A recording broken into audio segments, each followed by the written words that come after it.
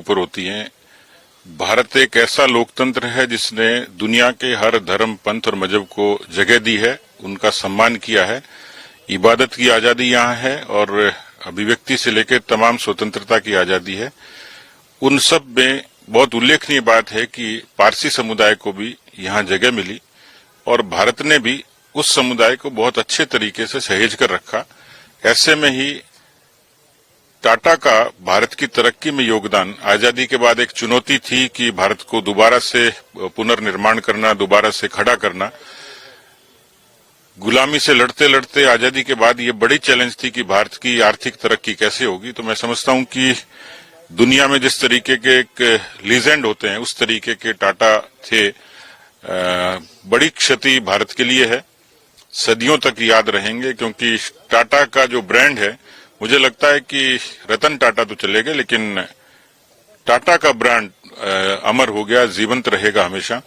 उनका योगदान भारत की आर्थिक तरक्की से लेके, भारत के सामाजिक ताने बाने से लेके, भारत के जो स्वयंसेवी एक तरीके के संगठन उन्होंने खड़े किए। आज टाटा मेमोरियल हॉस्पिटल को, कैंसर हॉस्पिटल को पूरे एशिया में याद किया जाता है।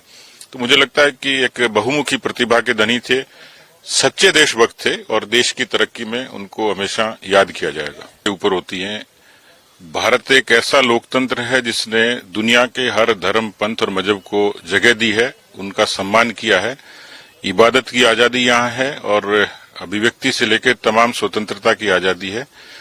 उन सब में बहुत उल्लेखनीय बात है कि पारसी समुदाय को भी यहाँ जगह मिली और भारत ने भी उस समुदाय को बहुत अच्छे तरीके से सहेज कर रखा।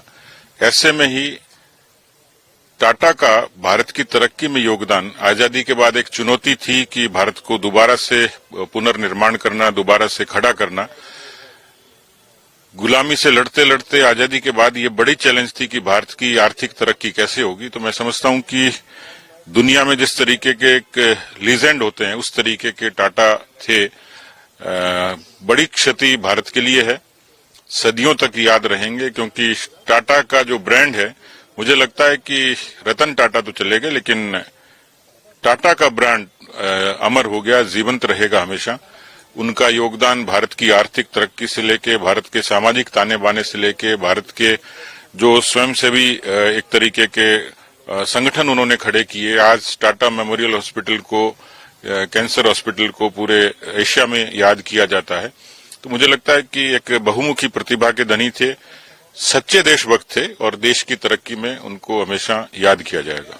अगर आप ये वीडियो YouTube पर देख रहे हैं तो हमारे चैनल को सब्सक्राइब करें और बेल आइकन को दबाना ना भूलें। अगर आप Facebook पर ये वीडियो देख रहे हैं तो हमारे पेज को लाइक करें।